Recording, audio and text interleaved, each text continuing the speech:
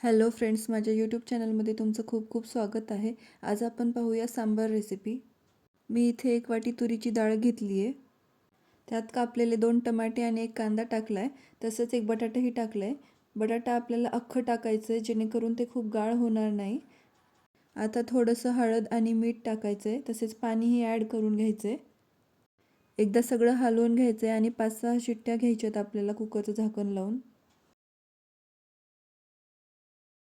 मी साईडला थोडासा भोपळा आणि शेवग्याची शेंग शिजवून घेतली होती. आता फोडणीची तयारी. एका पातेल्यामध्ये थोडंसं तेल घ्यायचं आहे. मी इथे 4 पळी तेल घेतलं आहे.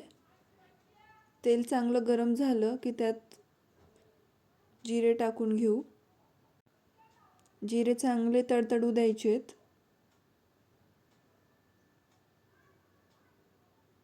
त्यात थोडासा कढीपत्ता ॲड करू. आता तेजपान आणि दालचिनी टाकायची आहे थोडीशी. नंतर अद्रक आणि लसूणची पेस्ट टाकू आणि थोडंसं हलवून घेऊया. अद्रक लसूणच्या पेस्टचा रंग थोडासा गोल्डन झाला की त्यात थोडा कांदा ॲड करून घेऊ.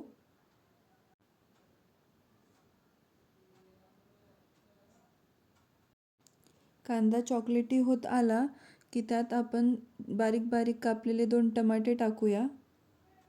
टमाटे मस्त मऊ होऊ द्यायचे आहेत. मग आता त्यामध्ये टाकूया आपण धनेपूड, सांबर मसाला, गरम मसाला आणि बेडगी मिरची, जेणेकरून रंग चांगला येईल.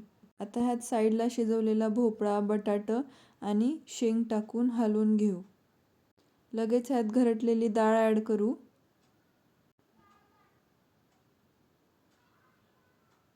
आता ह्यात साईडला भिजवलेलं चिंच आणि गुळाचं पाणी ॲड करायचं आहे.